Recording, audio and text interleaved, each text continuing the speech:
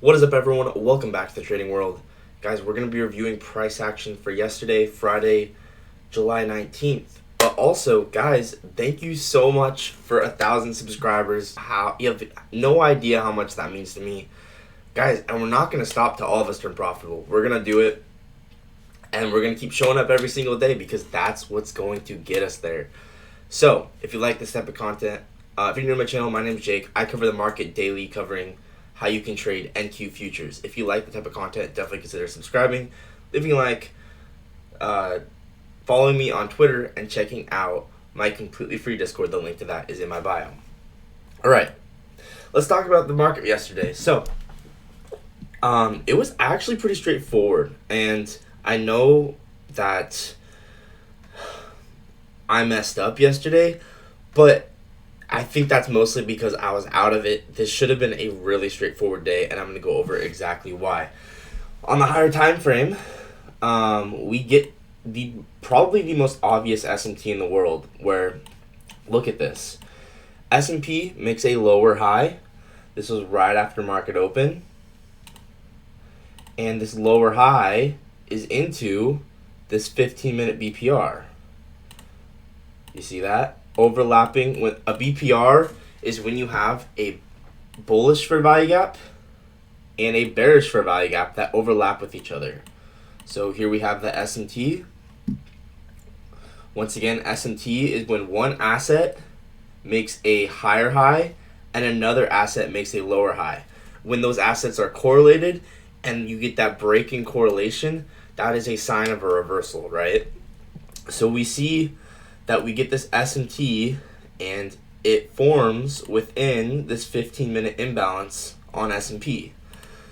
Now, NASDAQ doesn't have that imbalance, right? So we can't use the same imbalance, but we can use the logic of, hey, this is a 15-minute imbalance on S&P. This is going to be a 15-minute flow state model, right? 15-minute key level, 1 minute change state of delivery. So if you don't know what flow state is, I recommend watching my short form video that explains it, but use basically a higher time frame key level, so like a 15-minute gap, and then you want to take a 1 minute change in state of delivery off of that 15-minute gap. And you want to see a liquidity sweep. Those are the only three things that you need. But once again, S&T, where one asset forms lower high, another asset forms a higher high. We have that 15-minute fair value gap on S&P. So then dropping down to the lower time frame, I'm going to zoom back to the left here. We had perfectly equal highs that we swept, right? So even though NASDAQ was at all-time highs and we didn't necessarily have a fair value gap, we did have really nice equal highs that we swept. So here we go. Once again, 15-minute BPR. And then equal highs that we swept on NASDAQ. And then after that, I'll just show you an image because it's going to take too long to draw out. But yeah, after that, we end up, oh, that's Wednesday. Let's see if I can pull it up here.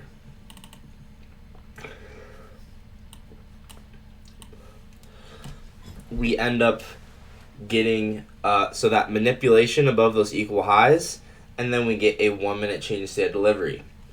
But what's important is to realize, where was the accumulation, right? You need to trade with the accumulation in mind, because you have to conceptually understand who is going to be your liquidity. When I enter my trade, I need to go into the market conceptualizing what accumulation range is going to get stopped out for my take profit. So when I enter on this 1 minute change state of delivery retest, I know that these guys that entered long right above these equal highs are going to basically be in deep drawdown and sell for loss, right?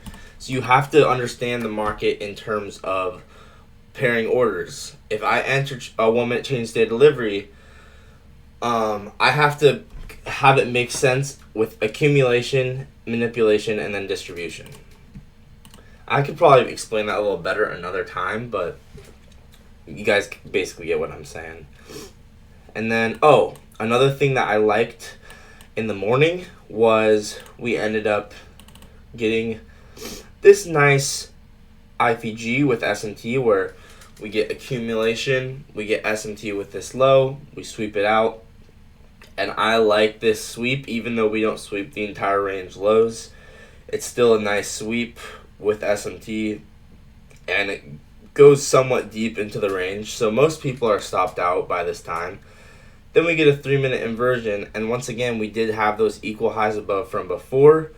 And the only thing that wasn't good about this is technically you are taking it before the 5-minute closes, and that's technically, you're not supposed to do that. But if you have conviction in the draw on liquidity and you think we're ready to run liquidity, you can. I mean, this is good signature, good SMT, good sweep. I think it's decent. So, just wanted to talk about that. Then, the main thing was basically this was just a giant accumulation, manipulation with SMT, and then distribution to the downside. And you can see that actually, if I measure out our statistical mapping indicator, which you guys, if you don't know what this is basically the expected statistical manipulation and distribution for any given candle. So it's not, the manipulation is always going to be less than the distribution. So look at this, right? On this 1 hour candle, statistically, on average, on a bearish candle, will go to around this red line right here. Statistical distribution on a bearish candle will go down to this green line right here. And you see how it can be helpful when you already know what the candle should look like, how statistical mapping can be helpful, because all of a sudden, now you can go into the market saying, okay, the manipulations we opened here, the manipulation should be happening, since I'm bearish, the manipulation should be happening around the zone. And so we get that manipulation into that statistical manipulation area. Now we come back down, get our change in state of delivery right here. Now we can basically use this as a confluence to say, okay, manipulation statistically should be around this area. We swept out equal highs with S&T. Now I can anticipate distribution down to the statistical 1 hour distribution level. Where do we statistically distribute on a 1 hour candle? And so, anyway, you can see that that was helpful as well. I think I have a picture of it somewhere here. Yep. I mean, and another thing, but this is still another good example. This happened later in the day. But we went right to the 1 hour distribution level. This was later in the day. I'll talk about this more later in a second. But look at how this 1 hour distribution level is perfectly under those equal lows, right? That's it can be a nice confluence for if you think something's a draw on liquidity, having the stat map level right underneath those equal lows. It's like, well, that's a nice confluence that's a good draw on liquidity.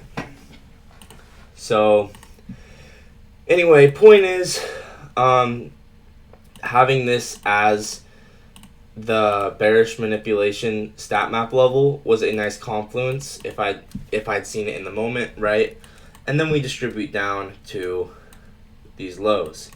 Now, there was a trade that a lot of people tried to take in here to the upside, and that was, let's see if I can find it.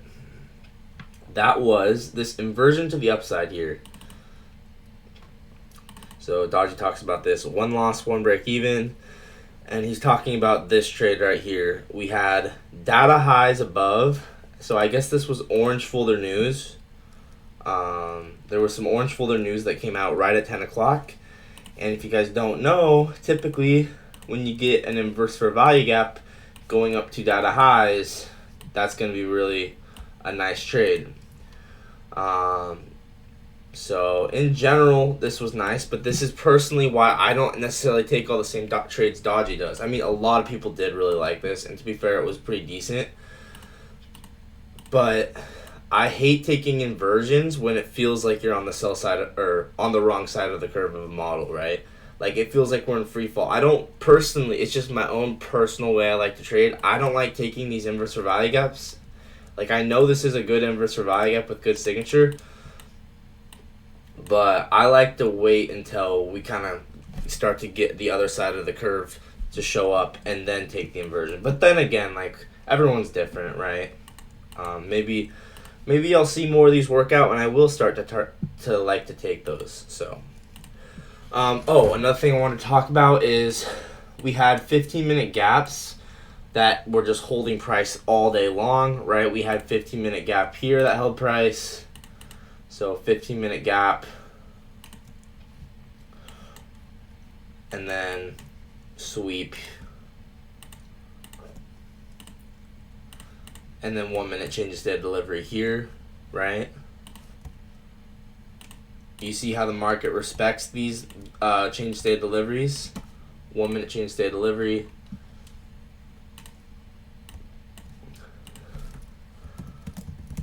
So once again, sweep. So accumulation. This is why it's so important to mark out accumulation, manipulation, distribution. You got to think in terms of what accumulation range is going to get stopped out for a loss for me to take profit, because you need to have someone that's a counterparty to your trade. You need to be able, if you are taking profit, you need someone else to be getting stopped out. That's the only way trading you can even possibly trade profitable, right? You have to have a counterparty. So the accumulation is important because it tells you who that counterparty is, right? I know it's these guys. Anyone that bought in here is going to get manipulated here, or anyone they're going to try and short more, and then they're going to get stopped out up here, right? So then I measure out the manipulation, and you can see we go right up to almost the fourth standard deviation. We actually don't hit it, but we hit the third standard deviation, right? And we hit the second one. So that's why you scale out, right? So second standard deviation right here. Third standard deviation right here. So once again, the way you would take this as a flow state is liquidity sweep, accumulation, manipulation, and then on the retest of this 1 minute change of state of delivery, now you can go long with your stop loss below the low. And once again, like, you could also think about it conceptually, like in terms of inducement. We have a change in state of delivery that hasn't really been tested, and it's resting perfectly below these lows here. So anytime you have a change in state of delivery that's just perfectly chilling below old lows, that's going to be like the best inducements, right? Whenever the change of state of delivery is resting right below old lows. So inducement of these old lows happens when we hit this change of state of delivery. And then because think about it, right? If you are entering with a limit order, you need someone else to get stopped out to fill your order. That's how institutions trade. That's how the big guys trade. They have to have someone that's a counterparty. So if anyone was in this range and gets stops out for a loss here, we're entering at the change of state of delivery because we know someone else's stop loss is going to fill our order, and then someone else's stop loss from this range is going to fill our take profit. So it's thinking in terms of liquidity that is going to lead to extremely profitable trading. But like I said, second standard deviation hit, third standard deviation hit. Now we did not hit the fourth standard deviation on this one, which I'm kind of surprised about. This is why sometimes it can be useful, like maybe you just wanted to measure out the body. Then you actually would get to the fourth standard deviation. So once again, every situation is different, but I would have put stop loss at the low. And that's another reason why I don't go for fourth standard deviation every time, because it's like, or like I hardly do go for the fourth standard deviation, is because not all the time is it going to get hit. But a lot of time it will. But yeah, second standard deviation hit. Then, yeah, to be honest, I think the reason you don't see us continue higher at that point is because now at that point we were within another 15-minute gap, right? We pushed up higher into this 15-minute gap, and then we got another flow state model where we have a 15-minute gap dropping down to the lower time frame. Well, actually, this was more of like a 2022 model, but same thing, right? 15-minute fair value gap.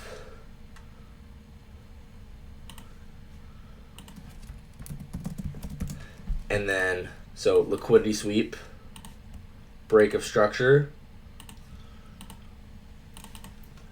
happens right here. And notice the displacement we get, right? Notice how we get this aggressive displacement. You really want to see displacement when it's when you have the 2022 model. Like, that is one of the most important elements of the 2022 model, is that you get good displacement. So we get good displacement below this low here. It's exactly what we wanted to see. And then here's our 2022 fair value gap. You can see how this was a sniper entry. And yeah, you could enter this stop loss at the high, maybe at the high of this swing high here. Or if you're really aggressive, you could put it lower. But yeah, I think most of the time you'd probably put your stop loss. Whoops, that's the wrong one. For this 2022 trade, I think most of the time you'd either put your stop loss here or here or here. I'd probably put it here, realistically. If you want to be really aggressive, you could put it here, but probably would not recommend that. And then, yeah, like I was saying earlier, we had these equal lows. This is a nice strong liquidity. So once again, thinking in terms of accumulation, manipulation, distribution, right? Here's your accumulation range. Here is the manipulation, and then distribution back down to those equal lows. There we go. So, oh, and then I also want to talk about the other 2022 model from earlier in the morning, where same thing. Where can I find it? That's not it.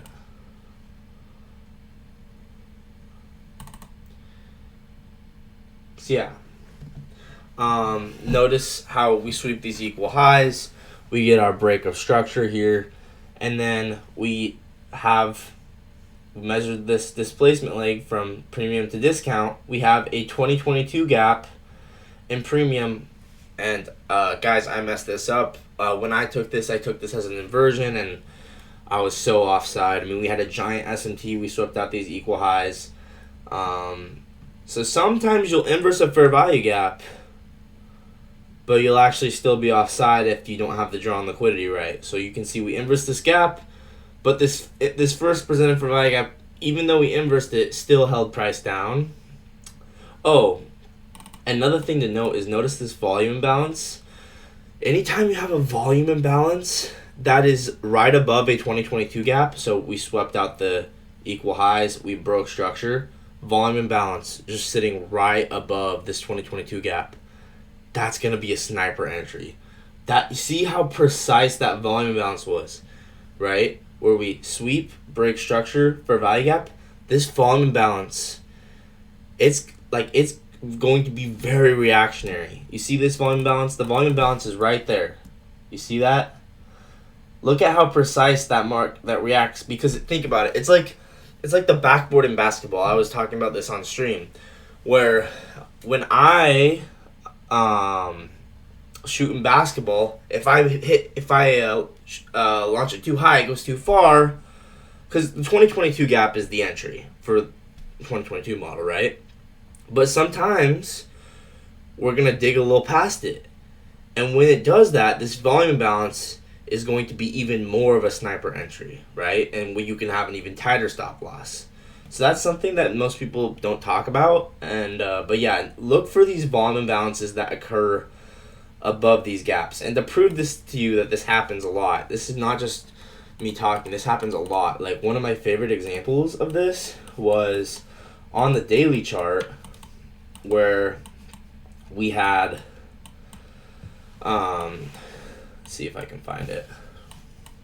We had this daily break of structure, right?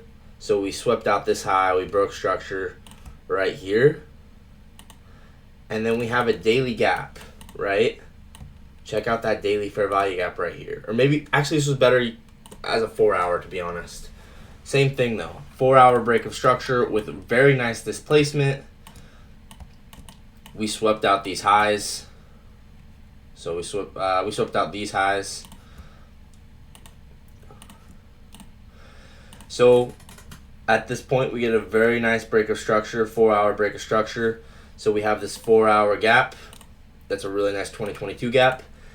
And what do we have here? Same exact thing I was just talking about, right? Except this is actually a real liquidity void. This isn't just a 2022 fair value, or this isn't just a volume imbalance. This is actually a liquidity void because there's no trading in here at all, and it's actually also a new week opening gap. But it's the same concept that applies to it, right?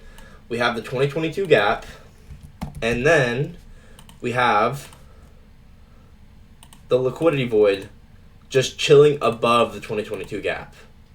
Do you see how this, when there's a liquidity void or a volume imbalance just chilling above a 2022 gap, how it's going to be so much more laser precise? Do you guys see that? Right? These are going to be like sniper entries, like it's crazy. So I just wanted to share that, and yeah. Oh, real quick, last thing I wanted to say is, what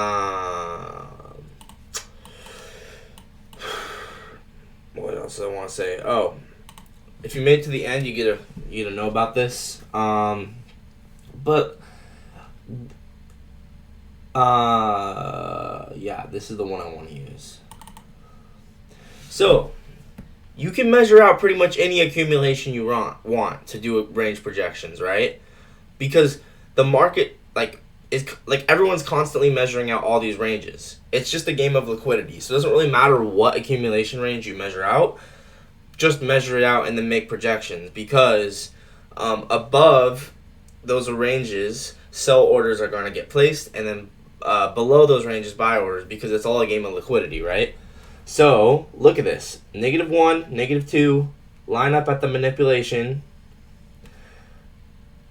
and then 3 of this line up at the very bottom, right? So there's people out here that are stupidly good traders that are looking for their trades within this manipulation above these equal highs and covering at the 3 of these accumulation ranges. And this also aligns. See how everything perfectly aligns? Like, this is so cool. And if you don't believe me that this is happening, go watch go look at JadeCap's post. JadeCap takes projections of accumulation ranges all the time. So these are very powerful. Note them in your trading. I mean, it's just a confluence as anything is. So, yeah. Hopefully you guys found this helpful. Oh, and last thing, once again, as always, we backtest OTE of the leg higher that sweeps liquidity, right? After we get the change of state of delivery. Actually, yeah. So, that's the last thing I wanted to say. Hopefully you found this video cool, helpful, or, yeah, let me know how I can improve it. I'll see you guys later. Peace out.